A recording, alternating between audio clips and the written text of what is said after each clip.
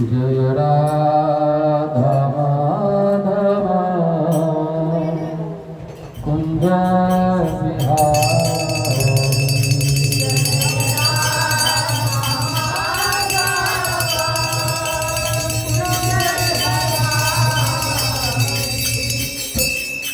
जय गोपी जन वल्लभ गिरवरधारी जय गोपी जन वल्लभ गिरवरधारी जय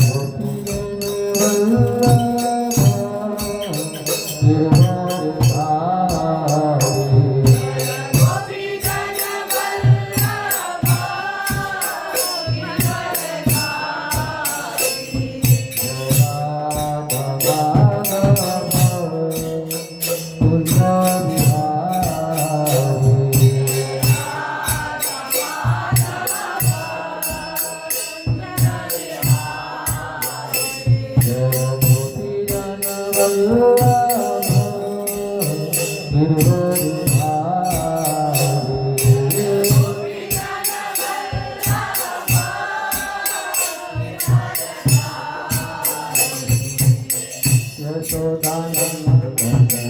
गोपी जन वल्लभ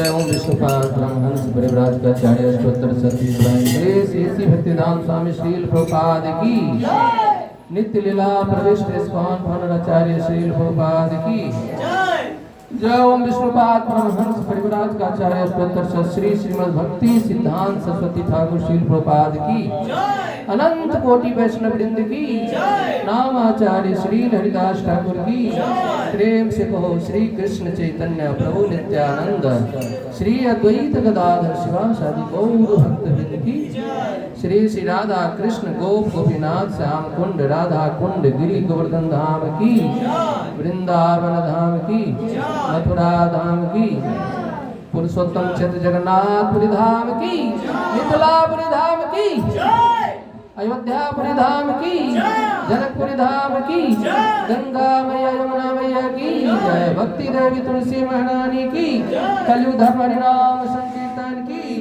सभी भक्तों की जय जयकार हरे कृष्ण सभी भक्तों की जय जयकार हरे कृष्ण सभी भक्तों की जय जयकार हरे कृष्ण गुरु और गौरांग की जयकार हरे कृष्ण श्रील प्रभुपाद की ओम नमो भगवते वासुदेवाय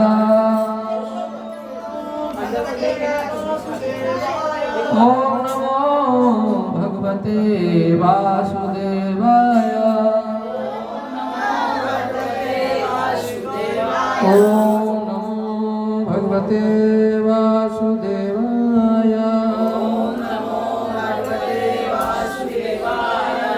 नारायणं नमस्कृत्यं नरं चैव नरोत्तमं देवीं सरस्वती व्यासं ततो जयमुदीरयेत् नष्टप्रायेषु भद्रेषु नित्यं भागवत सेवया भगवती उत्तम श्लोकैर्भक्तिर्भवति नैष्ठिकी हरे कृष्णा कृष्णा कृष्णा हरे हरे हरे राम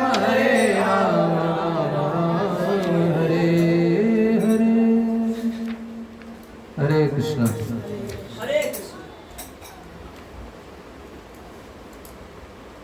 तो आप लोग सभी भक्तों का आज के कौन सा प्रोग्राम संडे लव फेस्ट में आप लोग का स्वागत है। लव फेस्ट है, किसका फेस्ट है? फेस्ट है कृष्ण का, है ना। कृष्ण प्रसाद, कृष्ण कथा, है ना। तो इसीलिए कृष्ण से प्रेम करना है। तो ये उत्सव, ये जो हमारा जो ये प्रोग्राम जो भी करते हैं उसमें हमें कृष्ण से प्रेम करना सिखाते हैं। कृष्ण से हमें कैसे प्रेम करना चाहिए, है ना। तो यही एक उद्देश्य होता है, कैसे भगवान से लोगों को जोड़ा जाए। क्योंकि लोग संसार में लोग संसार से जुड़े हैं, बहुत ही संसार में लोगों अलग अलग चीज़ से जुड़ा हुआ है, लेकिन उसको भगवान से कैसे जोड़ना है। उसको भी छोड़ना नहीं है, छोड़ना कुछ भी नहीं है, सिर्फ ऐड करना है। जैसे मान लिया जाए आपके पास 100 रुपया है और कोई व्यक्ति और आपको 100 रुपया दे, तो क्या करेंगे? दूसरा वाला 100 रुपया छोड़ देंगे? नहीं, उसी में जोड़ देंगे। तो 100 + 100 कितना हो गया? 200 हो गया। तो उस जो है हमारे पास वो रहने दीजिए, लेकिन उसी में इसको भी जोड़ना है। इससे हमारा जीवन क्या हो जाएगा? सुखमय हो जाएगा। तो वास्तव में ये है, हमें जीने की कला सिखाती है। जीने की कला और मरने की कला, मरने की कला दोनों सिखाया जाता है इसमें। कैसे जीना है? मरने की कला क्या है? अंत काले चमावेव अस्मर मुक्ता कलेवरम, कि अंत समय में हम भगवान के नाम का हमको कैसे स्मरण होगा। क्योंकि अभी हमें भगवान का स्मरण नहीं होता है, तो अंत समय में होगा। अभी हमें कोई दर्द होता है तो हम किसको बुलाते हैं? अभी चलते चलते कोई ठोकर लग जाती है तो हम किसको बुलाते हैं? माँ को मम्मी पापा का नाम आता है, माँ है, मम्मी पापा का नाम आता है। भगवान का नाम था कृष्णा, कृष्णा। कभी ऐसा निकला है? ये राधे निकला ही, निकलता ही नहीं। तो अंत में कहाँ से निकलेगा? तो प्रैक्टिस नहीं है, अभ्यास नहीं है। जैसे बच्चे को जब कुछ ज्ञान नहीं होता है, जब बच्चे स्कूल जाते हैं तो उसको लिखना आ जाता है, पढ़ना आ जाता है। और कोई भी स्थिति में चले जाए, चाहे वृद्ध हो जाए, फिर भी जाके वो क्या करते हैं, लिख लेता है, पढ़ लेगा वो, है ना, जैसे भी हो। तो ये वास्तव में अंते नारायण स्मृति, अंत में हमें भगवान को कैसे स्मरण करना है ना। तो भगवान के नाम कैसे हमारे स्मरण में आएगा, हमारे मानस पटल पे आएगा, ये सिखाया जाता है यहाँ पर। तो कृष्णा, भगवान से लव करना, क्योंकि भगवान ही हमें बहुत ही संसार से निकाल सकते हैं। इसीलिए भगवान कहते हैं, देवी है सा गुणमयी मम माया दुरतया मामय भी प्रपदंते माया मेताम तरंती दे, है ना। तो देवी ऐसे गुणमयी है, देवी माया मम माया दुरत, भगवान करे कि ये मेरी माया शक्ति बहुत मुश्किल है, इससे निकलना बहुत मुश्किल है। लेकिन ऐसा नहीं कि सब माया से नहीं निकल सकते। तो कहते माँ में भी प्रपदनते, अगर कोई माँ मतलब अगर कोई मेरी शरण में आ जाता है तो कहते माँ में भी प्रपदनते, तो क्या होता है, उस माया से मम माया माँ में प्रपद माया में तम कर, उस माया से क्या होता है, तर जाता है, बाहर तुरंत ही बाहर निकल जाता है ना। तो इसीलिए क्योंकि भगवान की माया शक्ति है, तो भगवान की माया शक्ति से पार करना बहुत मुश्किल है। तो इसलिए भगवान यहाँ पर हम लोग वास्तव में ये सीखते हैं कि कैसे हमें भगवत प्राप्ति करना है। ये मनुष्य जीवन जो मिला है, मनुष्य जीवन का वास्तविक उद्देश्य क्या है, उद्देश्य को जानना है ना। इतनी सारी योनियाँ हैं, हम देख ही रहे, पशु को देखते हैं कितना कष्ट होता है जब उसको पिटाई लगता है। जैसे गाय है, गाय कहीं कुछ खाने जाती है, तब क्या करता है, उसको सब्जी खाने जाते तो उनके साथ जो बैठा रहता है मारता है उसको, तो भागता है। अब भागता है तो ये नहीं सोचता है कि अब फिर थोड़ी देर बाद फिर दोबारा आ जाता है। तो पता चल रहा है कि हम खाएंगे फिर भी हमको मार लगेगी, लेकिन बार बार प्रयास करता रहता है। तो ये बहुत ही संसार है, इससे तो बहुत ही संसार से बार बार आना, पुनरपि जन्म पुनरपि मरणम पुनरपि जननी जठे शैरम, बार बार हमें जन्म लेना मरना अच्छा लगता है क्या? माँ के घर में 9 महीने तक रहते हैं, कितना कष्ट होता है, कष्ट होता है ना। तो इसी तरह से हमें कैसे दोबारा हम इस संसार में जन्म ना मिले, है ना, भगवत प्राप्ति हो, तो ये सिखाया जाता है यहाँ पर, है ना। तो भगवान से प्रेम करना, लव तो इंग्लिश शब्द है ना, प्रेम करना वास्तव में कहते नमो महावदन्नाय कृष्ण प्रेम प्रदाय थे कृष्णाय कृष्ण चैतन्य नाम ने गौरित सिन्हा, है ना। तो कृष्ण प्रेम महाप्रभु क्या सिखाते हैं, जैसे चैतन्य महाप्रभु गौरांग महाप्रभु कृष्ण प्रेम, है ना। कृष्ण से प्रेम कैसे करना है, जैसे भगवान कृष्ण है तो प्रेम करना नहीं सिखा पाया, है ना। जब वही कृष्ण, जब श्री कृष्ण चैतन्य राधा कृष्ण ही अन्य, वही भगवान कृष्ण जब राधा के भाव में आए, राधा कृष्ण जैसे, तब जाके वो सिखाया कि वास्तव में कृष्ण से प्रेम कैसे किया जाए, तो ये सिखाता है। तो ऐसे शास्त्रों में बहुत सारे उदाहरण मिल जाते हैं, भागवत में है ना, प्रहलाद महाराज हुए, और जैसे भागवतम खोलेंगे तो प्रथम स्कंद में आपकी कुंती महारानी की स्तुति मिल जाती है। कुंती महारानी की स्तुति में क्या है, अब युद्ध समाप्त हो चुका है, अब भगवान अब द्वारका के लिए प्रस्थान कर रहे हैं, अब द्वारका के लिए प्रस्थान कर रहे हैं। अब कुंती महारानी सोच रही है कि अब तो जा रहे हैं, है ना। तब वो कुंती महारानी, देखिए आप भागवत खोले तो सबसे पहली स्तुति क्या है, कुंती महारानी की, है ना। एक स्त्री है, लेकिन वो बताते हैं, है ना, कि वास्तव में भागवतम का पहला स्तुतियाँ कुंती महारानी से शुरू है। और वो सिखाते जब भगवान जा रहे हैं तो कह रहे कि अब वो सोच रहे कि आप इसीलिए जा रहे हैं कि हमारा दुख का निवारण हो चुका है, जो होना था हमारे साथ। क्योंकि अब वो बता रहे हैं कि आप तभी किसी के साथ रहते हैं जब कोई दुख में होता है ना। अगर कोई दुख में होता है तभी आप साथ में रहते हैं, जब भी उसके पास सुख आ जाता है तो वहाँ से आप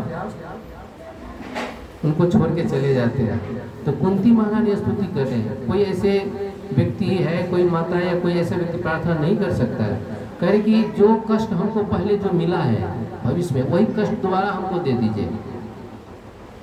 जो हुआ था लक्षागिरी में, उनको जलाया गया था और उनके 5 पुत्र को मारने के 14 साल का वनवास, और जो द्रौपदी के साथ हुआ था सभा में, जो हो रहा है आप दोबारा वैसे ही कर दीजिए, लेकिन आप हमको छोड़ के मत जाइए।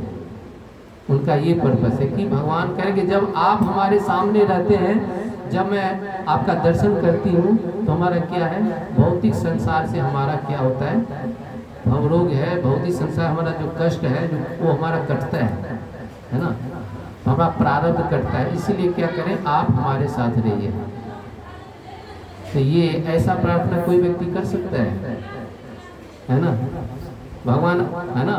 तो ये है शुद्ध भक्त के विचार।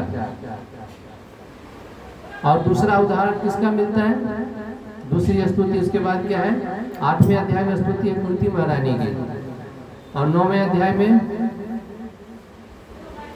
अब भागवत तो पढ़े हैं ना, नहीं पढ़े, प्रथम स्कंद के 9वें अध्याय में भीष्मदेव की स्तुति है।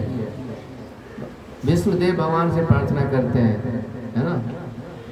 तो जब युद्ध चला था, तो युद्ध में जो इनको बाण लगा भीष्म पितामह को, और भीष्म पितामह जो स्तुति किए हैं उनका वर्णन किया गया है 9वें अध्याय में।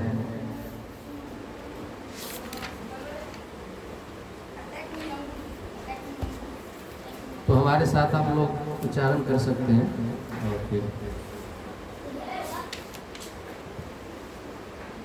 स बोलिए, सह देव भगवान प्रतीक्षिता कलेवरम यावत इदं हिनोमि अहम प्रसन्न हासः अरुणलोचन उल्लस मुख अम्बुज ध्यान पथ चतुर्भुज सदेव देवो भगवान प्रतीक्षताम् सदेव देवो भगवान प्रतीक्षिताम् कलेवरं यावदिदं हिनोम्यहम् कलेवरं यावदिदं हिनोम्यहम् प्रसन्न हासान अरुण लोचनो लसान प्रसन्न हासान अरुण लोचनो लसान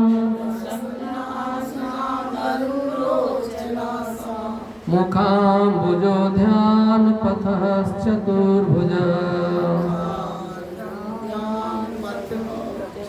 मुखाम्बुजो ध्यान पथः चतुर्भुजः। बोलेंगे कोई? ये कौन बोल रहे हैं? भीष्म पितामह बोल रहे हैं भगवान से। क्या कह रहे हैं? सदेव देवो भगवान प्रतीक्षिताम् कलेवरम यावदिदं हिनोम्यहम् प्रसन्न हासान अरुण लोचनो लसन मुखाम्बुजो ध्यान पथः चतुर्भुजा। करे हे चतुर्भुज रूप वाले, क्योंकि भगवान वहाँ प्रकट हुए थे, भगवान कृष्ण 2 भुजा में प्रकट हुए हैं, लेकिन जो भीष्म पितामह है वो किसके उपासक है? भगवान के चतुर्भुज का। तो भगवान चतुर्भुज रूप में खड़े हैं। जब आए सब मिलने के लिए, जब युद्ध समाप्त हो गया, जब कोई नहीं समझा पाए युधिष्ठिर महाराज के, तो भगवान उनको बोले कि तुम मेरे, भगवान की बात भी काट दिए, बोले कि ये तो मेरा भाई हमसे छोटा है, ये हमको क्या उपदेश देगा। होता है ना कई बार, जैसे यशोदा में, जब यशोदा मैया एक बार जो भगवान ने यमलार्जुन वृक्ष को गिरा दिया था, तब कुछ लोग पूछे कि ये वृक्ष कैसे, विशाल वृक्ष यमलार्जुन कैसे गिर गया। तब यहाँ जो बच्चे लोग उनके साथ खेल करे, मैया इसी ने गिराया है। कह रहे बच्चा है, झूठ बोलता है, ये छोटा सा बच्चा है, वृक्ष को कैसे गिरा सकता है, विश्वास नहीं किया। तो क्या करते हैं, उन पे विश्वास नहीं किए।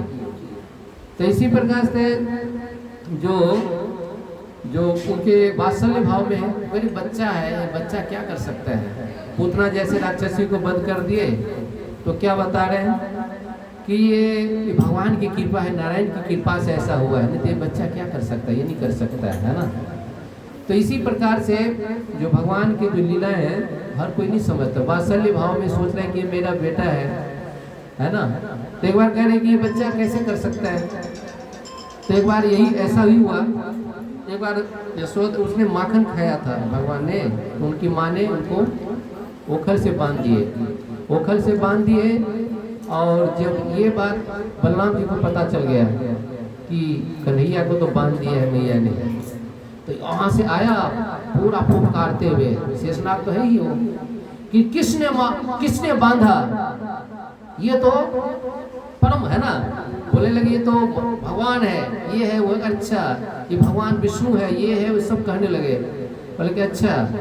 तो यशोदा मैया एक छड़ी लेके निकली, कहीं आ जाते हैं तुम्हारा सारा, कल के सारे अवतार मेरे घर में ही प्रकट होना था, सारे अवतार को। करे ये बच्चा है, एक बिल्ली जो उसके सामने से निकलता है तो छुप जाता है, मेरे गोदी में आ जाता है ना। ये भगवान कैसे हो सकता है, ब्रह्मांड को कैसे कर सकता है। तो इस प्रकार से भगवान की लीला जो होती है, तो भगवान वास्तव में ये लीला के माध्यम से भक्तों के, जो माता पिता को ही भक्त बना के भगवान लीला करते हैं। तो यहाँ पर जो भीष्म पितामह है, वास्तव में करे कि भगवान को इसमें करके है चतुर्भुज रूप वाले, उगते समय समान अरुण नेत्रों वाले, सुंदर नेत्रों से सजाए मुस्कुराते मुखारविंद वाले मेरे भगवान, आप कृपा करके उस क्षण तक मेरे प्रतीक्षा कीजिए, है ना। कब तक करके भगवान को आदेश दे रहे हैं, भगवान से कह रहे हैं कि मैं शरीर छोड़ने वाला हूँ, जब तक मैं शरीर छोड़ू नहीं, कलेवरम है ना, यावदिदम कलेवरम है ना, कलेवरम यावदिदम हिनोम्यहम, जब तक ये मेरे, कलेवर का मतलब शरीर होता है, कलेवरम बोला गया। तो जब तक मैं ये शरीर छोड़ न दूं, तब तक आप हमारे सामने चतुर्भुज के रूप में खड़े रहिए, है ना। अब कोई ऐसा, आप देखिए कोई भक्त मिला है ऐसा जो भगवान को आदेश दे रहा है कि आप मेरे सामने खड़े रहो, है ना। कोई ऐसा हिस्ट्री में नहीं। एक भीष्म पितामह जो भगवान से कह रहे कि जब तक मैं अपना शरीर छोड़ न दूं, तो सोच रहे जब तक मैं अपने भगवान को देखते देखते शरीर छोड़ेंगे तो अच्छा रहेगा, है ना। भगवान को देखते अगर हम देखते शरीर छोड़ते हैं तो हमें क्या भगवत प्राप्ति होगी। कहीं जब तक, इसीलिए जो कहते हैं युधिष्ठिर भीष्म पितामह पांचों पांडव से कहते हैं कि आप इनको क्या समझ रखे हो कि ये मेरा भाई है, ये मेरा रथ चलाता था, सब अपने अपने रिश्ते नाते देखो। बोले कि वास्तव में ये साधारण व्यक्ति नहीं है, आपको अपने रिश्ते नाते में उलझा के रखा, लेकिन ये वास्तव में साक्षात भगवान है ना। ईश्वर परमा कृष्ण सच्चिदानंद विग्रह अनादिरादि गोविंद सर्व कारण कारणम। जबकि भगवान हमेशा पांचों पांडव के साथ थे, फिर भी उनको इतना कष्ट क्यों था, है ना। ये भी देखा जाए, अगर किसी के साथ भगवान रहेंगे तो उनको कष्ट मिलेगा, कष्ट रहेगा नहीं रहेगा। आप देखिए देवकी गर्भ से भगवान प्रकट हुए थे, तो देवकी कष्ट में नहीं था, अब प्रकट हुए फिर भी कष्ट में था, तो हमेशा कष्ट में रहे। तो भगवान क्या करते हैं, जो भगवान जब प्रकट होते हैं तो भगवान कष्टों के माध्यम से अपने भक्तों को शुद्ध करते हैं। शुद्धिकरण का यही उपाय भौतिक संसार में, क्योंकि हम भौतिक संसार में सुख है ही नहीं। यहाँ पर जन्म मृत्यु जरा व्याधि दुख दोषानुदर्शन, बार बार हमें यहाँ जन्म मृत्यु का सामना कर, बार बार जन्म लेना पड़ रहा है, मरना पड़ रहा है। तो भगवान कष्ट दे के उनको शुद्ध करते हैं। जैसे उदाहरण के लिए कोई अब सुनार के पास जाइए, जौहरी के पास जाइए, तो क्या करता है, उनके पास सोना का जो होता है पिंड होता है, गोला होता है, उसको क्या करते हैं, उसके हथौड़ा से नहीं, ठीक पहले उसको आग में डाल के उसको तपाया जाता है। आप जब उसको तपाते हैं और तपा करके उसको कोई रूप दिया जाता है, जैसे कान का बन गया, पायल बन गया, अलग अलग प्रकार के जो बनाया जाता है पहनने के। तो इसी प्रकार से भगवान क्या करते हैं, जो अपने उनके जो भक्त होते हैं उनको कष्टों के द्वारा उनको शुद्ध करते हैं, ताकि उस लायक बनाते हैं। क्योंकि यहाँ पर हम जब आते हैं तो जैसे काम, क्रोध, लोभ, मद, मत्सर हमारे हृदय में हमेशा रहता है, तो उसको शुद्ध करने का ही तरीका होता है। भगवान उनको कष्ट में डालते हैं, कष्ट में डाल के उनको शुद्धिकरण करता है, तब इसका हृदय क्या होता है, शुद्ध होता है। तब जाके भगवान की हम स्तुति करते, भगवान का स्मरण कर सकते हैं। तो ये शुद्धिकरण की प्रक्रिया है। तो यहाँ पर जैसे तो इसीलिए बता रहे हैं कि ये वास्तव में कोई साधारण व्यक्ति नहीं है, ये साक्षात भगवान है, लेकिन तुम्हारे साथ रह रहे हैं। तो तुम ये मत सोचो कि ये हमारा भाई है या कुछ अन्य रिश्ते से मत देखो, ये साक्षात भगवान है ना। तो वास्तव में भगवान यही करते हैं, क्या करते हैं, अपने भक्तों के साथ रह के अपने भक्तों के संग उसको शुद्ध किया जाता है।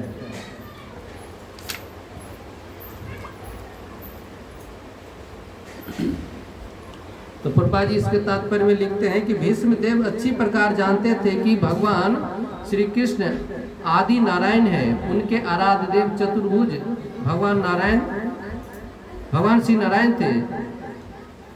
लेकिन वे जानते थे कि वे चतुर्भुज नारायण भगवान श्री कृष्ण के पूर्ण अंश हैं, क्योंकि चतुर्भुज नारायण नहीं, भगवान चतुर्भुज के रूप में प्रकट हुए हैं। लेकिन यहाँ दो भुज में तो भगवान की एक लीला आती है, क्योंकि आप कहते ये कैसे हो सकता है, तो यहाँ जो बताए चतुर्भुज कि भगवान, ये जो भीष्म पिता में भगवान के चतुर्भुज रूप देखना चाहते थे, उनके उपासक थे, है ना। और दूसरा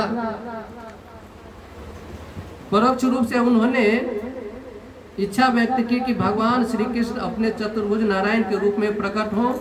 वैष्णव सदा ही अपने आचरण में विनीत होता है, यद्यपि वह 100% निश्चित था कि इस भौतिक संसार को त्याग कर भीष्मदेव वैकुंठ जा रहे थे, तो भी विनीत वैष्णव के रूप में उन्होंने भगवान की सुंदर मुखाकृति देखनी चाहिए, क्योंकि उन्होंने सोचा कि कहीं इस शरीर को छोड़ने के बाद मैं श्री भगवान का दर्शन न भी कर पाए। वैष्णव को कभी गर्व नहीं होता, यद्यपि भगवान अपने भक्तों को अपने धाम में प्रवेश करने का वचन देते हैं। यहाँ पर भीष्मदेव कहते हैं कि जब तक मैं अपना शरीर त्याग न दूं, तब तक, इसका अर्थ है यह है कि महान सेनापति अपनी इच्छा से शरीर का त्याग करेंगे। वे प्रकृति द्वारा बाध्य नहीं हैं, वे इतने शक्तिशाली थे कि वे जब तक चाहते अपने शरीर में बने रह सकते हैं। यह वर उन्हें अपने पिता से प्राप्त हुआ था, क्योंकि भीष्म पितामह को इच्छा मृत्यु का वरदान मिला था। इच्छा मृत्यु का वरदान कौन दिए थे? उनके पिता शांतनु ने उसको इच्छा मृत्यु का वरदान दिया था। तुम अपनी इच्छा से, इच्छा के जितनी आप इच्छा हो अपनी आप जी सकते हो। जब भीष्म पितामह जब युद्ध में लड़े थे, जब घायल, उस समय उनकी आयु कितनी थी? 500 साल से ऊपर उनकी आयु थी, है ना। अब इतने जी चुके थे। अगर वो तीर लगा हुआ है, अगर फिर भी चाहते नहीं मरना तो नहीं मर सकते थे। वो उनकी इच्छा मृत्यु का, जब तक वो इच्छा नहीं करेगा तब तो वो मर नहीं सकता है। उनको वरदान प्राप्त है। जैसे दुर्योधन को उनको मिला था कि मृत्यु कब होगा इसका? जब उनको हर्ष और शोक दोनों एक साथ आएगा। पहले हर्ष होगा, अब बाद में शोक आएगा तो उसके कारण उसकी मृत्यु हो जाएगी। जैसे अश्वत्थामा ने क्या किया था, पांचों पांडव के पुत्रों को मार दिए। तो ये जब उनको पता चला, उनको लगा कि पांचों पांडव मारा गया। जब ये सुना कि पांचों पांडव मारा गया तो उनको हर्ष हुआ कि है ना, जो काम मैंने किया आज ये मेरा मित्र अश्वत्थामा ने कर दिया। बाद में जब बोले कि अरे ये कैसे हो सकता है, तो उसने बोला कि जो मुंडी जो लाया था, बोले कि हमको मुंडी दिखाओ।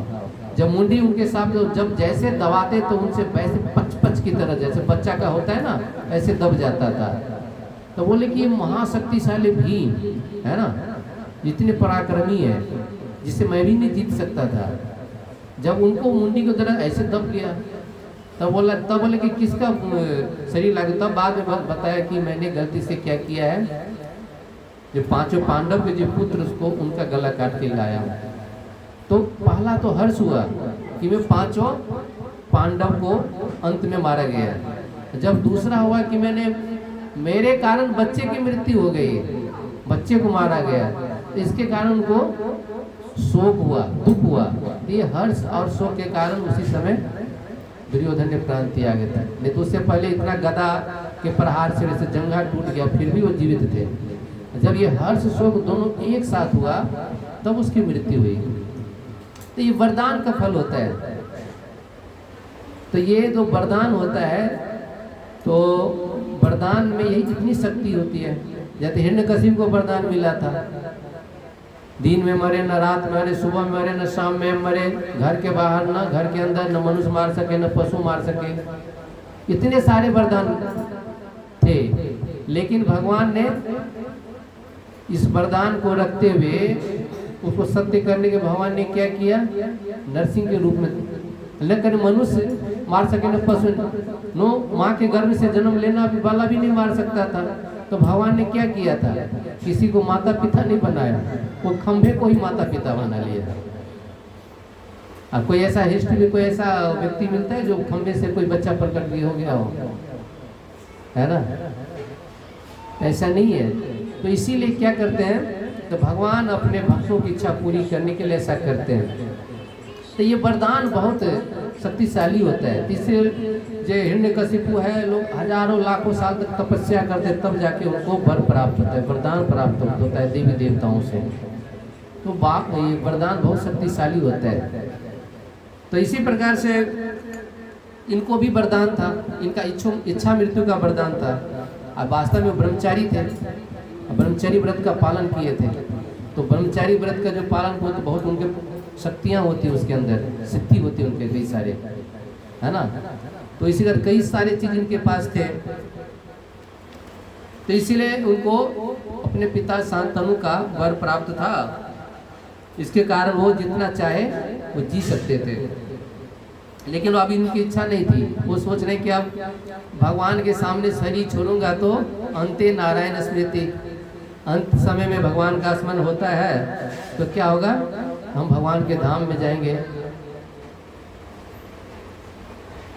भगवान अपने चतुर्भुज नारायण के रूप में उसके समक्ष खड़े रहे, जिससे वे उनका ध्यान कर सके। लेकिन भगवान खड़े हैं वहां पर, लेकिन ये चतुर्भुज रूप का दर्शन कौन कर रहे हैं? सिर्फ भीष्म पितामह कर रहा है। बाकी लोग भगवान का भी दो भुजा में देख रहे जैसे के तैसे, लेकिन उनको भगवान ने दिव्य दृष्टि दिया कि तुम मुझे देख सकते हो।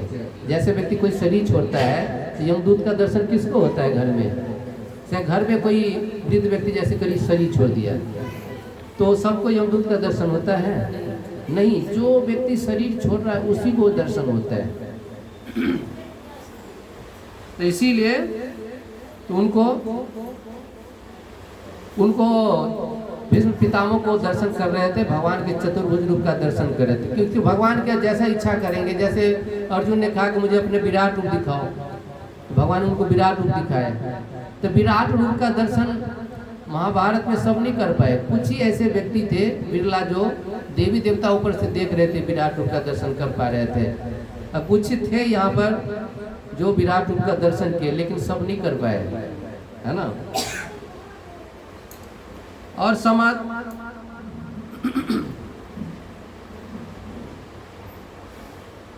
तब उनका मन श्री भगवान का चिंतन करके पवित्र हो जाए, पवित्र करके पवित्र हो जाए। उन्हें चिंता नहीं थी कि उनकी क्या गति होगी। एक शुद्ध भक्त भगवत धाम वापस जाने हेतु कभी भी चिंतित नहीं रहता है। जो भगवान का एक शुद्ध भक्त है, वो शरीर छोड़ता है तो वो नहीं जानता है कि भाई हम कहाँ जाएंगे क्या, तो उनका चिंता नहीं रहता है। वो भगवान के भक्त होते, भाई आप भगवान जाहि विधि राखे राम वही विधि रहिए। अब भगवान कहते हैं आप जहाँ आपको ले जाना है, मारो भी राखो भी, जो इच्छा तुहार। आप मुझे नरक में डालना है, नरक में डाल दो, है ना। और कहाँ जहाँ ले जाना है वहाँ ले जाओ, मुझे कोई, जैसे भगवान उनको कष्ट देता है तो भक्त, अगर कोई भक्त को कष्ट मिलता है तो सोचता है कि भगवान इससे ज़्यादा हमको कष्ट मिलना था, लेकिन भगवान ने हमको छोटा करके दिया है।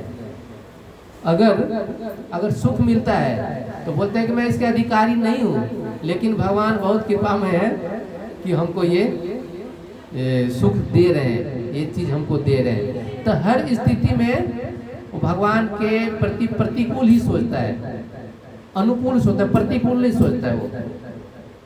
तो इसीलिए भक्त का ये भावना होता है कि वो भगवान को अनुकूल भाव से देखते हैं, प्रतिकूल उसमें नहीं देखता है ना। पॉजिटिव देखता है, निगेटिव नहीं देखता है कि भगवान हम इतना भगवान के नाम ले रहे हैं, जब कर रहे हैं भगवान, फिर हमको इतना दुख क्यों दे रहे हैं। अरे दुख तो हमको शुद्ध करने के लिए दे रहे हैं।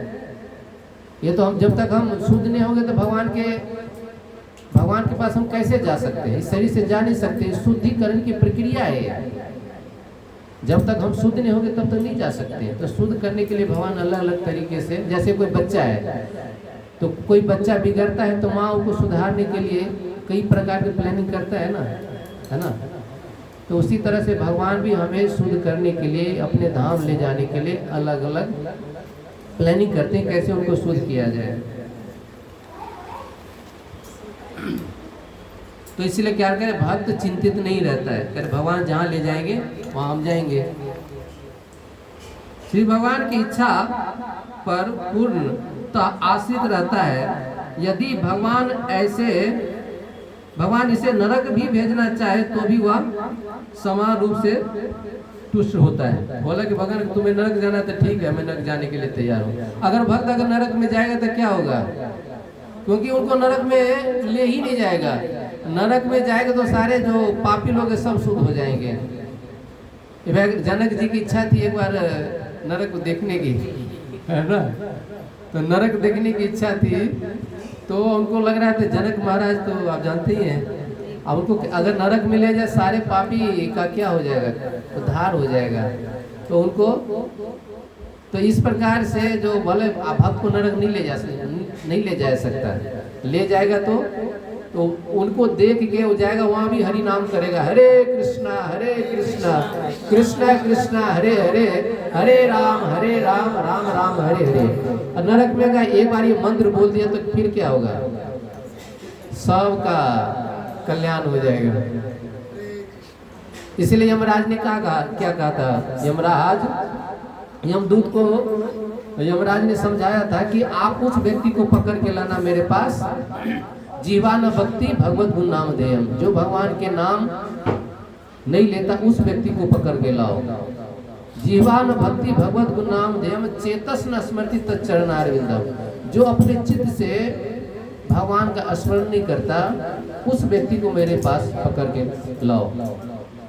चेतस न स्मृति तच्चरणारविंदम, तो इस प्रकार से जीवान भक्ति भगवत गुण नाम चेतस न स्मृति तच्चरणारविंदम कृष्णाय न नमति, कृष्णाय नो नमति एक दावी। मतलब अगर कोई व्यक्ति भगवान को दंडवत नहीं मारता है, भगवान का प्रणाम नहीं करता, उस व्यक्ति को पकड़ के मेरे पास लाओ।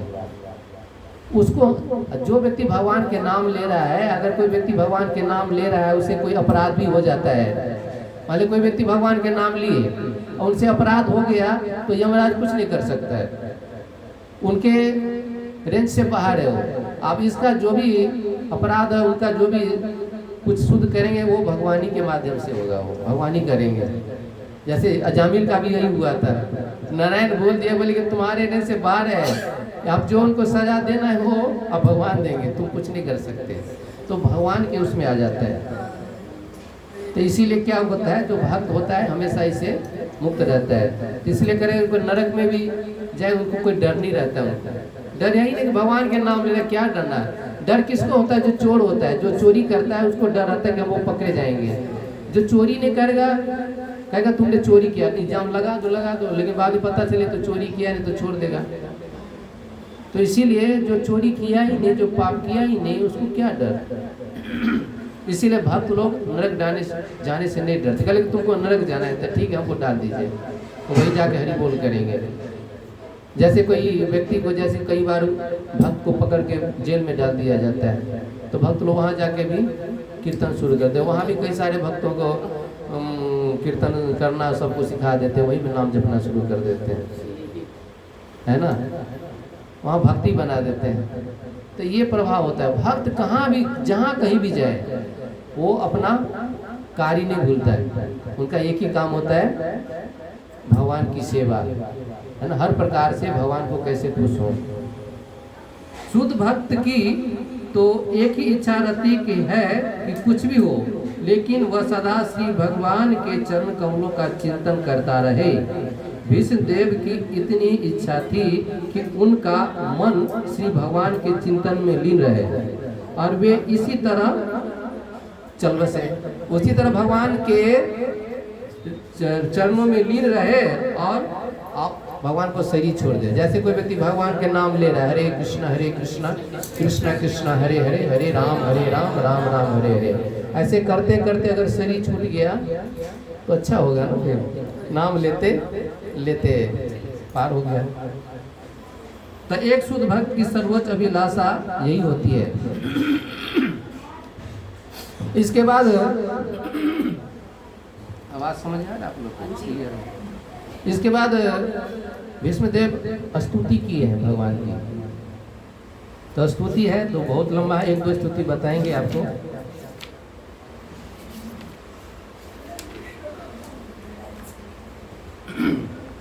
लोग तो इसको तो गाते हैं, बहुत अच्छा गाते हैं, फिर भी है ना? कहते भीष्म वाचा, तो गाते इसमें इतिमति उपकल्पिता वितृष्णा भगवती शाश्वत पुंगवे विभुम्नि स्वसुखम उपगते कच्चिद्विहर्तुं प्रकृतिमुपयोषि यदा भव प्रवाह। कहते इति मति रूपकल्पिता वितृष्णा भगवती शाश्वत पुंगवै विभुम्नि। तो भीष्मदेव तो कहते इति मति, करे ये जो मेरे मति है ना? करे प्रभु मैं तो शरीर छोड़ रहा हूँ, लेकिन एक चिंता है। चिंता किसको होती है? जब कोई किसी माता पिता, कोई युवा, कोई पुत्री हो, अगर पति को या पत्नी को शरीर छोड़ना, पति को मतलब उनके पिता को शरीर छोड़ना पड़ता है, तो पिता को दुख होता है कि हमारी पुत्री अभी उनका विवाह भी नहीं हुआ। अगर विवाह हो जाता, युवती है, अगर विवाह हो जाता तब शरीर छोड़ता तो अच्छा रहता। तो इति मति करे मैं शरीर छोड़ने का कोई, लेकिन एक चिंता है। तो बोले कि क्या चिंता है? भगवान अगर कहते क्या चिंता है, बोले कि जो हमारी ये जो मति है, बोली हमारे एक पुत्री है, अगर हमारी इस पुत्री को आप वरण कर लेंगे तो हमें शरीर छोड़ने में अच्छा रहेगा। तो भगवान कहते हैं अरे आप तो ब्रह्मचारी, बाल ब्रह्मचारी हो, आपने कभी शादी की ही नहीं, तो आपकी पुत्री कहाँ से होगी? तो ये प्रश्न उठता है ना। प्रश्न ये उठेगा रे बाल ब्रह्मचारी कभी शादी किया ही नहीं जीवन में, तो उसको पुत्री कहाँ से हो गई? विवाह शादी विवाह करे तभी तो पुत्री होगा। तो कह रहे कि नहीं, हमारी एक पुत्री है, हमारी मति है, ये हमारी पुत्री के समान है। आकर इसमें कोई अवगुण नहीं है ना? हमारी मति में हमारी जो पुत्री है वो में आप ही रहते हैं। वो आपको ही हमेशा चिंतन करता है, आप ही को अपना सब कुछ मानता है। अगर आप उसको वरण कर लेंगे तो हम फिर अपना शरीर छोड़ देंगे। तो ये इसीलिए करें क्योंकि इनकी मति तो बोले कि ठीक है, तो उसके बोलते गुण क्या है? तो गुण है कि आपके ही बारे में सोचता है ना। वो कभी किसी को देखा, आपके सिवा किसी को देखा ही नहीं। जैसे रुक्मिणी की कथा आती है, रुक्मिणी ने कभी किसी पुरुष को देखा ही नहीं। वो हमेशा भगवान का चिंतन करते। भगवान को कैसे जाने हो? उनके पास नारद जी आते थे, नारद जी उनको बताते थे, भगवान के बारे में बताते थे, कृष्ण के बारे में बताते थे, उनकी लीला के बारे में सारे बताते। तो जीवन में उसने क्या किया था, नारद जी से सुना था। और उसकी मति कैसे हो गई थी? और भगवान में उनकी मति भगवान में लग गई थी, भगवान में लग गई थी। अब इतना कुछ हुआ, बोला कि नहीं, भगवान को वो नहीं कर सकते। लास्ट में जब देखा कि उनका जो विवाह उनके पिताजी तो चाहते थे कि कृष्ण से हो विवाह, लेकिन उनका जो भाई था रुक्मी, वो चाहता था कि शिशुपाल से हो।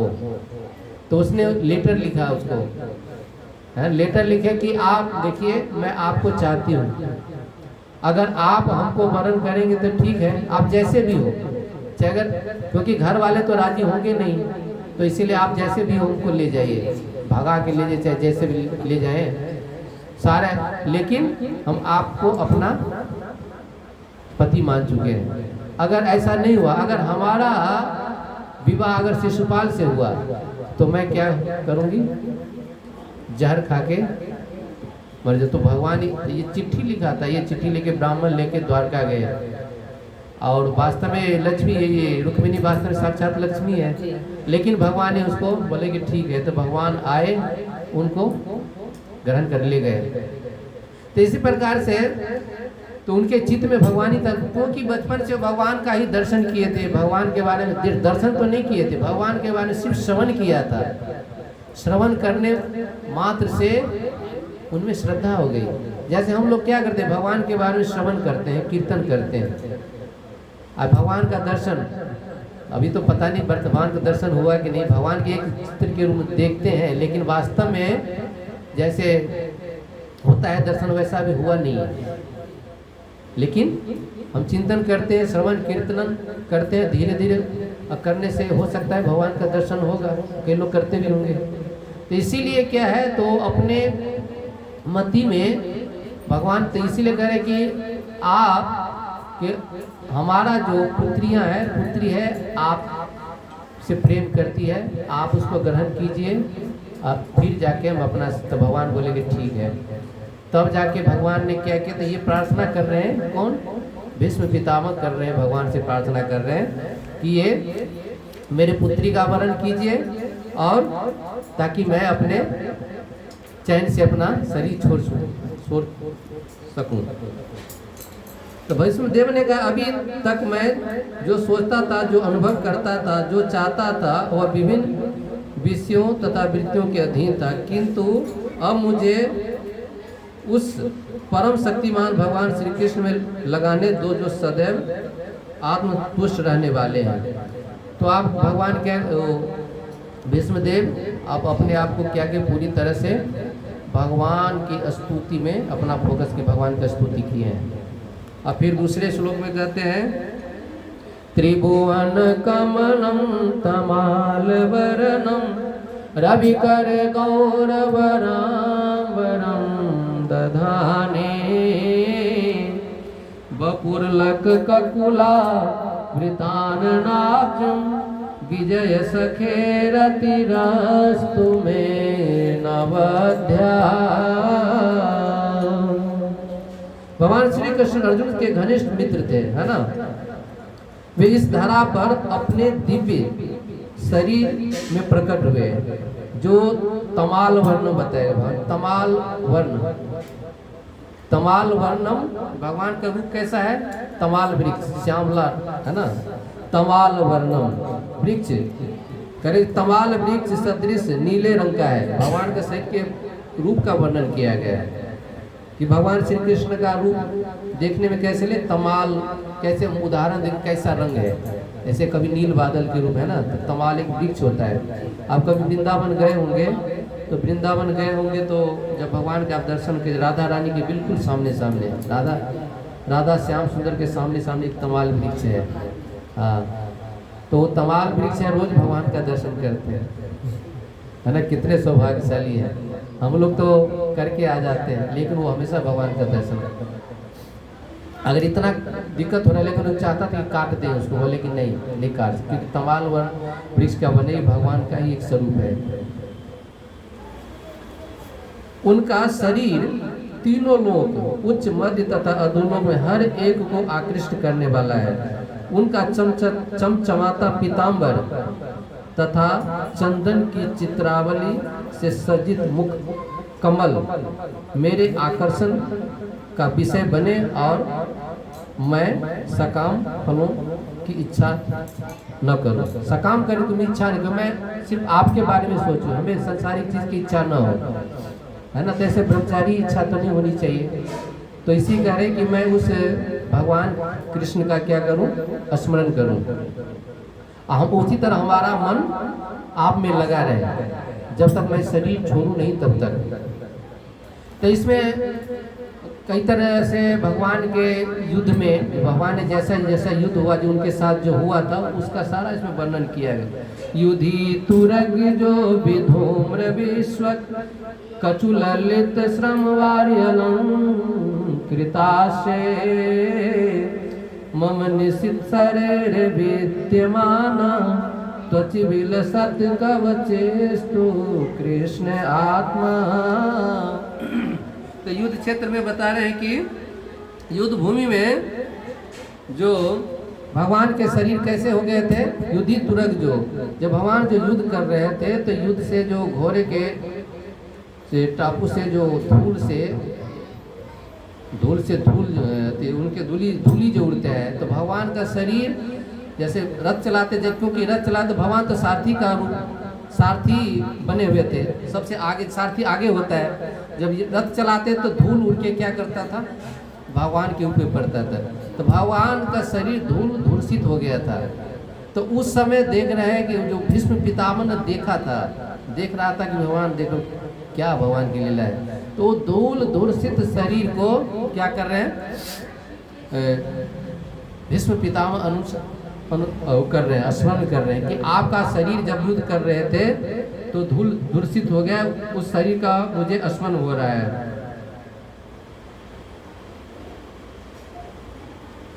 और तो भगवान श्री कृष्ण के लहराते केस घोड़ों के टापों से उठी उसी धूल से धूर्षित हो गए। उनका शरीर भी है, जब पड़ता था उनका केस है, जो उनके बाल है, भगवान के बाल कैसे होते हैं, घुंघराले हैं।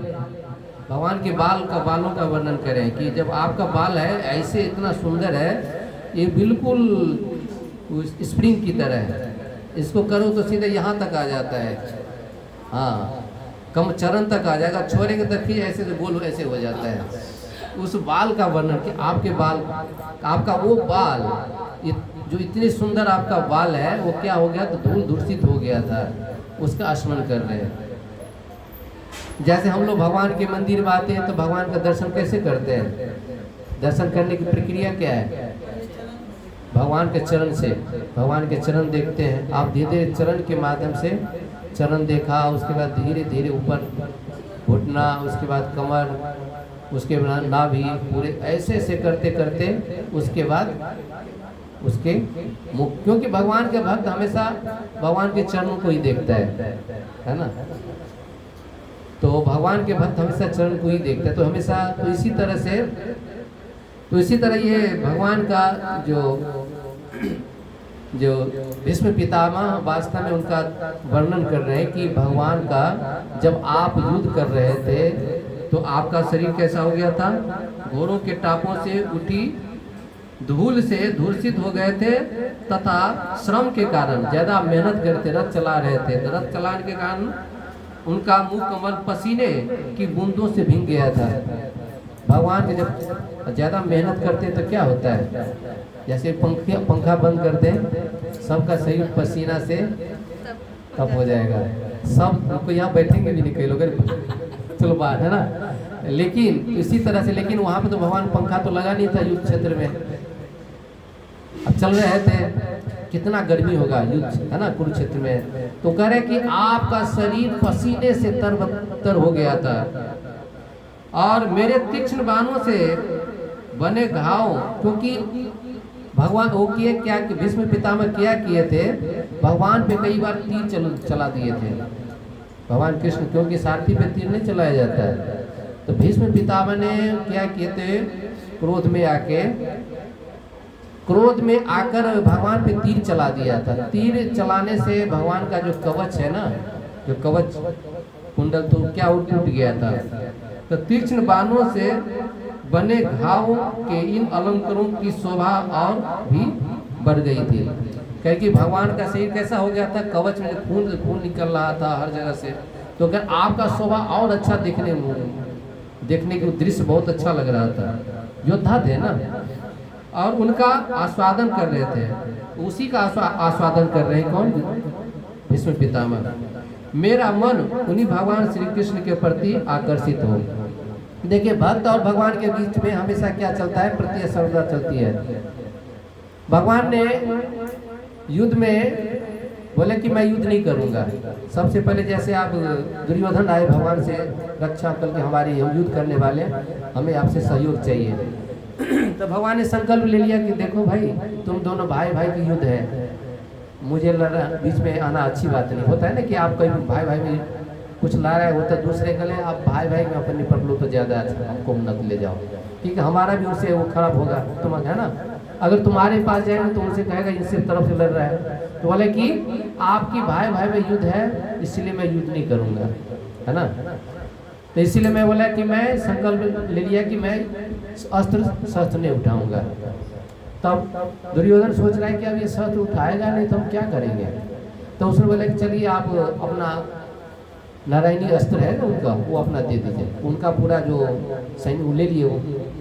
अब अर्जुन को कह रहे हैं कि देखो भाई, जो काम का चीज था तो दुर्योधन ले गया, लेकिन अब तुम्हारे पास तो कुछ है नहीं। तो वह अर्जुन कह रहा है कि नहीं, मुझे आपका, है ना, लक्ष्मी ने मुझे वो नहीं, आपका होने हमें आप चाहिए, है ना, आपके क्या कहते हैं भगवान की संपत्ति ना, हमें आप चाहिए, आप हमारे साथ रहिए, बस वही काफी है। बोले मैं क्या कर सकता हूँ, बोले कि मैं, बोले आप शस्त्र उसको दिए, आप हमारे क्या करें, मार्गदर्शक बन जाइए। बोले कि आप हमारे, क्योंकि हमें किसी सारथी की जरूरत पड़ेगी युद्ध में, तो आप हमारे सारथी बन जाइए, आप हमें मार्ग, सारथी मतलब हमें मार्ग दिखाइए, मार्ग दिखाए उसके मार्ग पे हम चलेंगे। तो भगवान ने संकल्प लिया था कि मैं युद्ध नहीं करूंगा। यहाँ पर भगवान ने संकल्प लिया कि मैं युद्ध नहीं करूँ, मैं शस्त्र नहीं उठाऊंगा। अब भीष्म पितामह ने भी संकल्प लिया कि मैं आपसे शस्त्र उठवा के रहूंगा। अब देखिए, भगवान और भक्त के बीच में एक तरह से एक कह रहे मैं युद्ध नहीं करूंगा, शस्त्र नहीं उठाऊंगा, दूसरा कह रहे भक्त कह रहे मैं उठवा के रहूंगा। तो अंत काल में यही हुआ।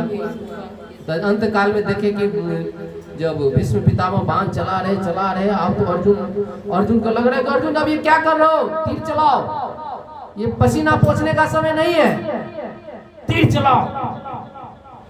वाला तब जाके देखा कि ये अब संभलने वाला है। तो भगवान क्या किए, सीधा रथ से छलांग मारे, और वहाँ रथ का जो पहिया जो रखा हुआ था, या रथ जो कई सारे टूटे हुए थे, उसका पहिया उठा लिया और भीष्म पितामह की तरफ दौड़े उनको मारने के लिए।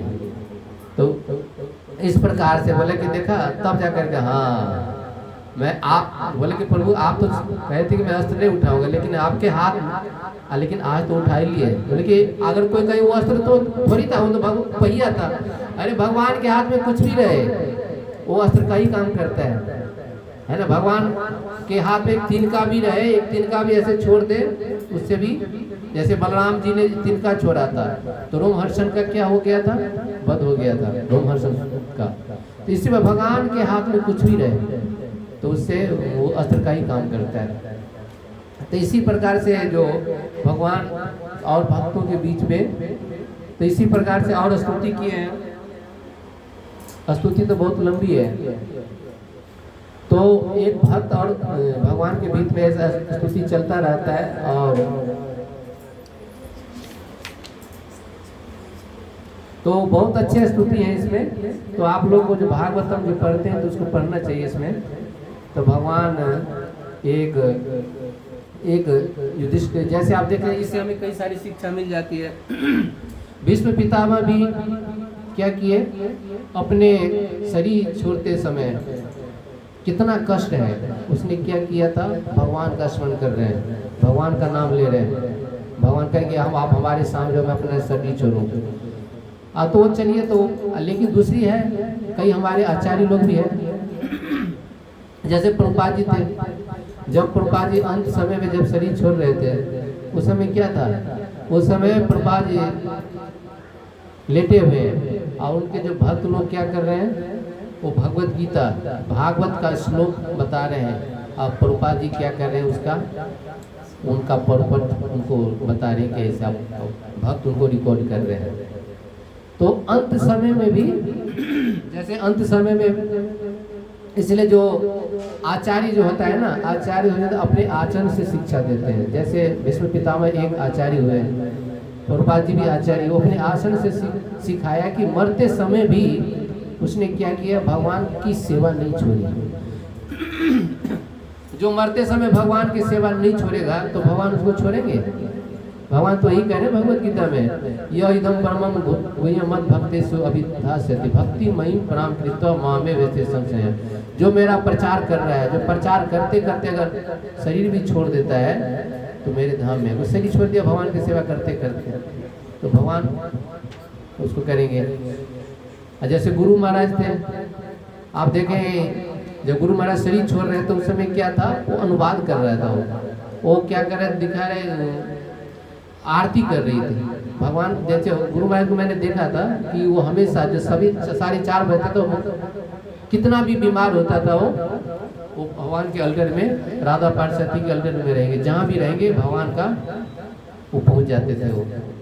तो उसी समय आप देखिए उनका ऐसे चेतना बन गया था, उसमें भगवान का वो हो गया था कि अब शरीर छोड़ने वाला है ना, प्रकट होने वाला। लेकिन फिर भी क्या कर रहे हैं, बीमार है, फिर भी जाके वो क्या कर रहे हैं, आरती कर रहे हैं। अगरबत्ती और कुछ नहीं, ऐसे ऐसे हाथ हिला रहे हैं, ऐसे ऐसे कर रहे हैं, फिर ऐसे ऐसे कर रहे हैं, मतलब ऐसे कर रहे हैं तो मतलब अगरबत्ती घुमा रहे हैं, फिर ऐसे ऐसे कर रहे हैं, फिर अगर ऐसे ऐसे किया और फिर ऐसे ऐसे किया, हाँ पंचदीप किए ऐसे ऐसे, और फिर जाके ऐसे ऐसे किए, तो समझ में ना कि चावल कर रहे हैं।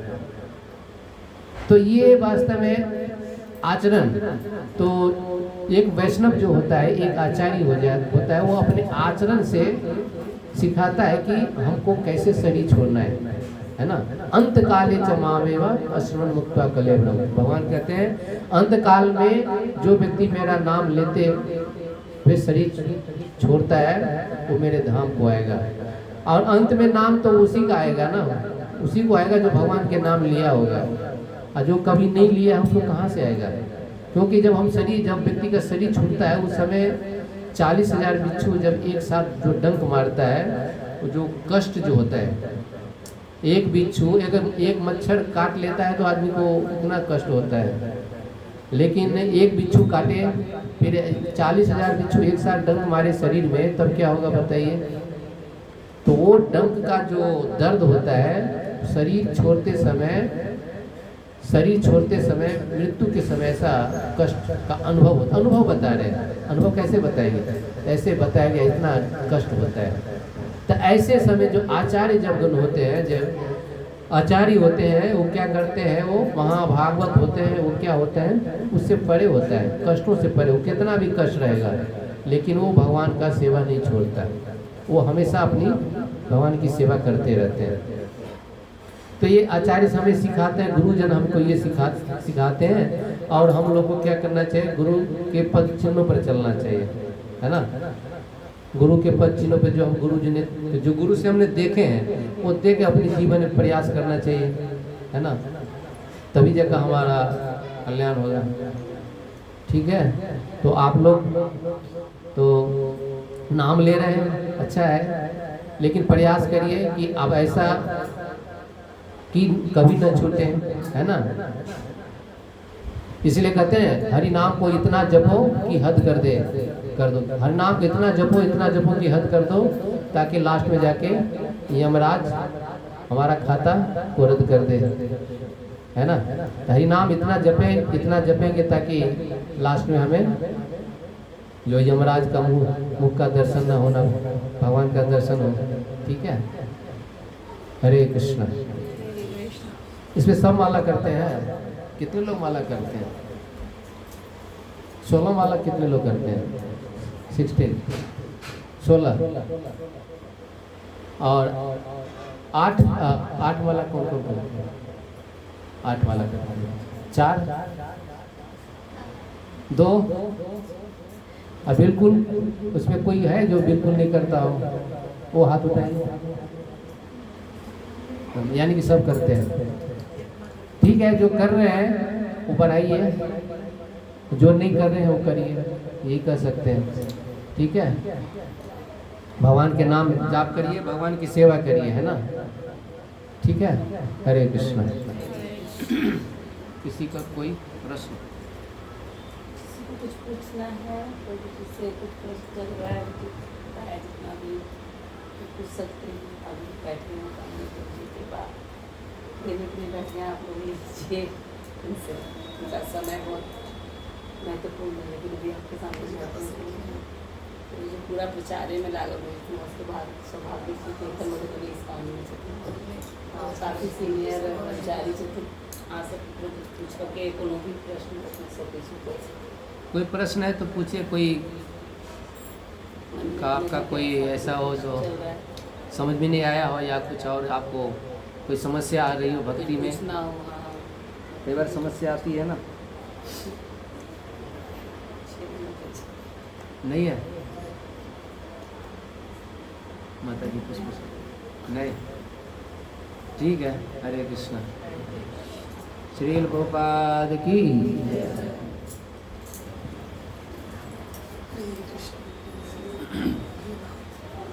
पूजा पाठ तो प्रभु जी कर ही रहे हैं सब लोग, कहीं ना कहीं किन्हीं की तो पूजा करते ही हैं। मिथिलांचल है तो जरूरी है भगवान की ही करें, इन्हीं की करें। देखिए कलयुग में क्या है, कलयुग में पूजा हम नहीं कर सकते। पूजा किसके लिए? ब्राह्मण के लिए होता है। हम लोग तो वास्तव में असली पूजा कलयुग में के भगवान के नाम का जाप करना है। अगर अशुद्ध हृदय से भगवान की पूजा नहीं करते, भगवान स्वीकार भी नहीं करेंगे, है ना। अब भगवान है ना, तो हम अगर शुद्ध भगवान क्या करें? भगवद्गीता पत्रम पुष्पम फलम तोयम यो में भक्त्या प्रयच्छति तद अहम भक्ति। अगर कोई मुझे प्रेम पूर्वक, कोई नहीं कहते भगवान को तोड़े ऐसे फेंक दिया, ले ले ले कई लोग कहते हैं वहीं से फेंकता रहता है। तो पैसा लाता है 1 रुपया, लग रहा है कितना, ऐसे दिखाता रहता है भगवान। सीधे लगता है, मुंह में लगता है, नाक में कहाँ लगता है पता नहीं। तो ये सेवा नहीं है। ऐसे लेता है, ऐसे मारता है जैसे, है ना। लक्ष्मी नारायण जिसके पास कुछ लक्ष्मी, उन्हीं को लक्ष्मी दिखा रहे हैं, है ना। तो ये पूजा नहीं है। तो वास्तव में क्या है कि भगवान के नाम का, जब हम तक भगवान के नाम नहीं लेंगे तब तक हम शुद्ध नहीं होंगे, है ना। असली पूजा है भगवान के नाम लेना। अगर भगवान के नाम का जाप कर रहे हैं तो आप पूजा करने की आवश्यकता नहीं है ना। भगवान की असली पूजा वही भगवान के नाम का जाप करना है। पूजा के लिए शुद्धता चाहिए, शुद्धता है नहीं हमारा हृदय तो काम क्रोध लोभ मद मत्सर से भरा है। कहाँ से भगवान सेवा स्वीकार करेंगे, है ना। तो सबसे अच्छा है कि हम पहले अपने को हृदय चेतो दर्पण मार्जनम भगवान लिखते हैं ना महाप्रभु, अपने चित्त को सफाई करनी पड़ेगी। जैसे आपका घर है, आप घर में आए 10 दिन के लिए आप घर बंद कर दीजिए और 10 दिन के बाद आप घर में प्रवेश करिए, आप घर में रह पाएंगे? इतनी गंदगी भर जाएगी। तो आप जब तक आप घर की सफाई नहीं करेंगे तो आप नहीं रह सकते। तो इसी तरह से हृदय की सफाई आवश्यक है, हृदय की सफाई, क्योंकि जन्मों जन्मों के पाप है, प्रारब्ध है, हम लेके चल रहे हैं। जब भगवान के नाम लेंगे तो ये धीरे धीरे कटेगा। चेतो दर्शन, हमारा हृदय साफ होगा। जैसे आईना होता है, आईना पे अगर कई दिनों से जब घर नहीं खोलेंगे तो आईना पे धूल जम जाती है ना, धूल। और उसके सामने आप खड़े हो जाओ, क्योंकि हमको दिख क्यों नहीं रहे, नहीं दिखेंगे। लेकिन उसी आईना पर जो धूल है, अगर उसको कपड़े से अगर साफ कर दिया जाए तो क्या हो जाए, आप अपने आप को देख सकते हैं। तो हमारे हृदय में चित्त पर कई जन्मों के धूल है ना, जो ऊपर पड़ा हुआ है, तो वो जब तक साफ नहीं होगा तो हम भगवान को कैसे देख पाएंगे, है ना।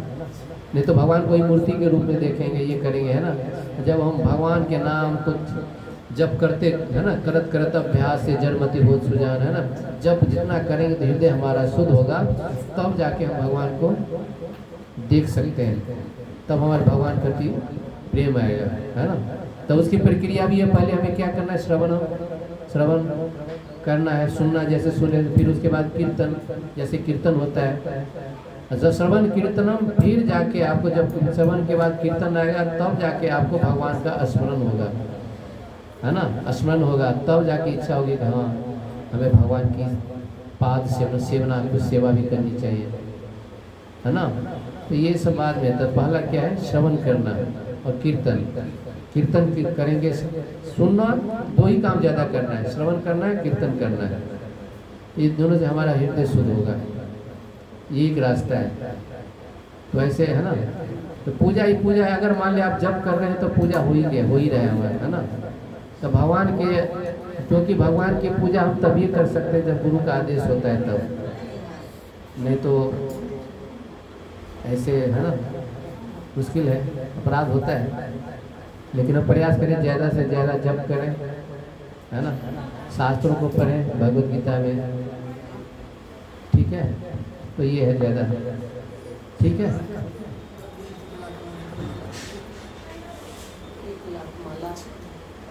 1 लाख नाम कितना माला पे होगा कृष्ण का? 1 लाख, तो आप जोड़ लीजिए, एक माला करते हैं उसमें 108 मन का होता है, तो गुना करिए कितना हुआ, 108 के गुना करिए, 108 एक माला में जैसे जप करते हैं तो उसमें 108 होता है। जैसे हरिदास ठाकुर 100 कितना माला करते थे, 192 माला करते थे, तब 3 लाख नाम होता था। 192 माला में 3 लाख होता है, 192 माला करते थे। 64 माला में कितना होगा, हम लोग 25,000 कुछ ऐसे कुछ नाम लेते हैं। 16 माला में कितना होता है, 25,000 है, 16 तो जोड़ लीजिए, 25, 50, 64 माला करेंगे तो 1 लाख हो जाएगा। हाँ, 64 माला।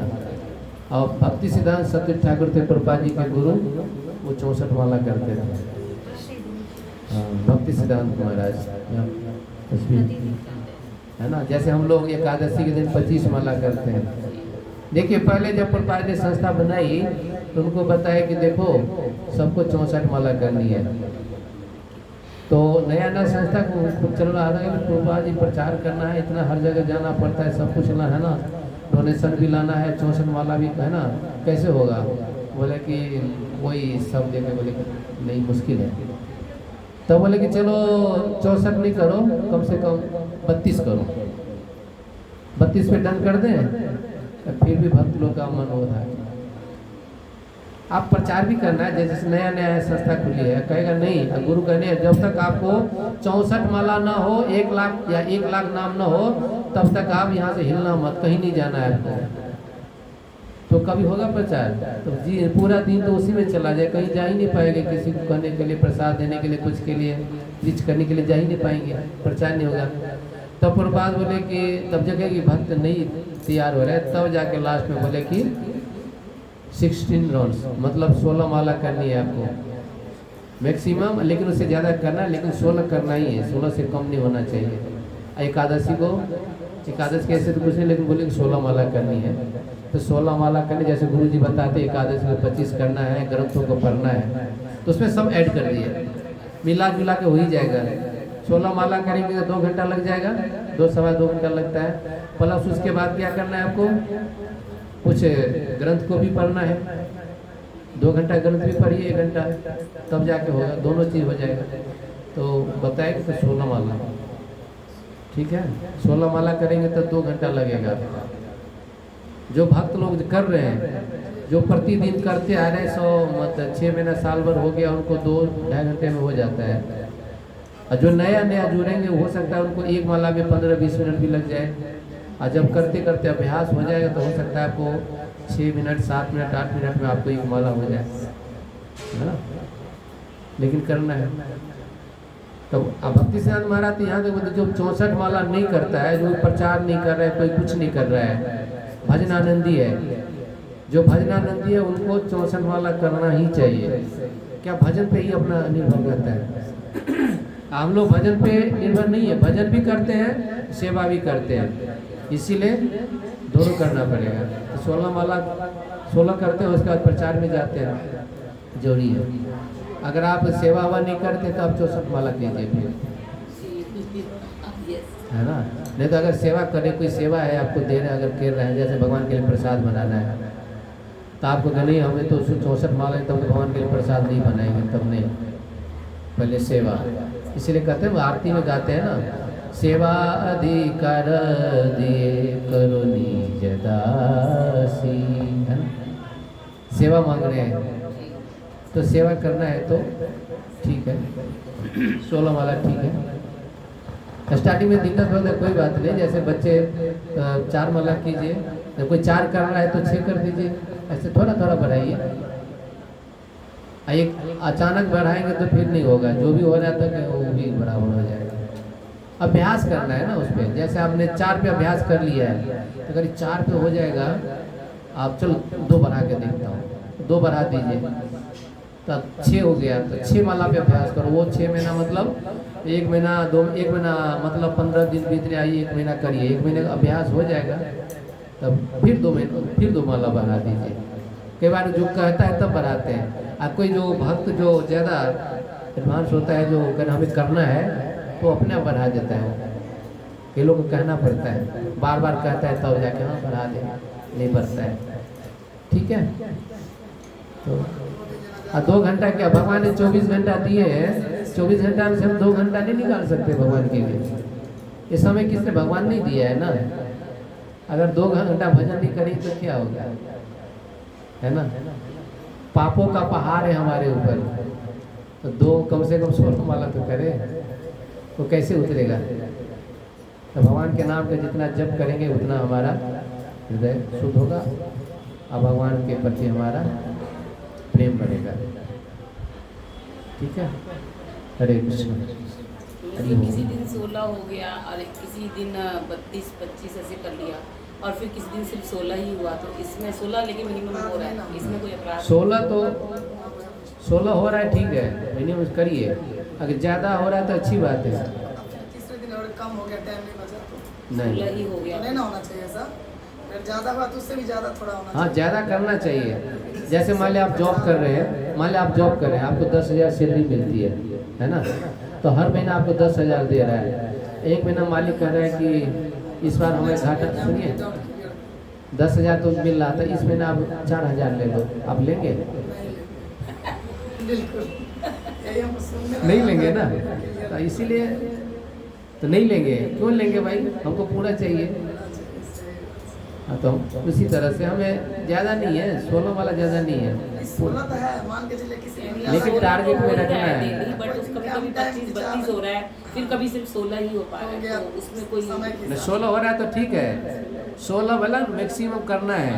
अब 16 आप रोज करिए, कोई बात नहीं, 16 ही करिए, लेकिन भगवत गीता है, भागवत थोड़ी देर पढ़िए। एक दो श्लोक पढ़ते हैं। हाँ, एक श्लोक है, जैसे आज जैसे एक श्लोक ले लिया, उनका तात्पर्य एक श्लोक, हाँ और ठीक है। नहीं कि आप खूब जोश में पढ़ लिया, अब कितना 8 माला हुआ 10 में, तो नहीं ऐसा मत करिए माला तो बढ़िया से ना, है ना। नियम है ना, नियम पूर्वक करना पड़ेगा ना। जैसे हम भूख लगती है तो रोज खाते हैं कि टाइम से, अरे कह रहे नहीं अब भूख लगी आज मत खाना, नहीं खा तो होगा। नियम से खाते हैं, नियम से सोते हैं, नियम से उठते हैं, सब कुछ करते हैं। तो 2 घंटा तो ज़्यादा है ही नहीं, 2 घंटा है। आप रोज करने से 2 घंटा में हो जाता है, अभ्यास हो जाता है ना, तो छोड़ना ठीक नहीं है, नियम नहीं तोड़ना है ना, ठीक है। हरे कृष्ण। हरे कृष्ण।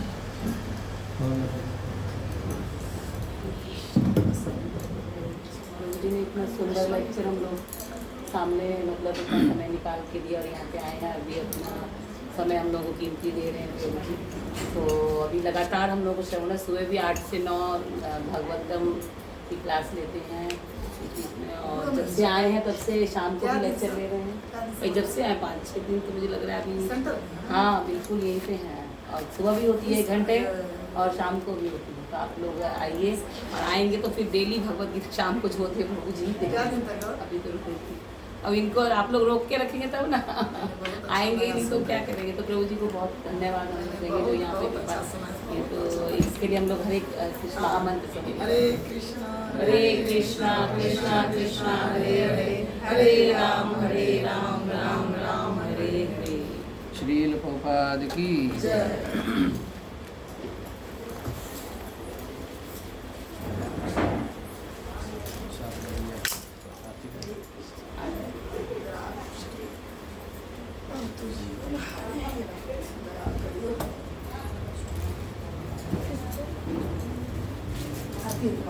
हाँ आरती बस।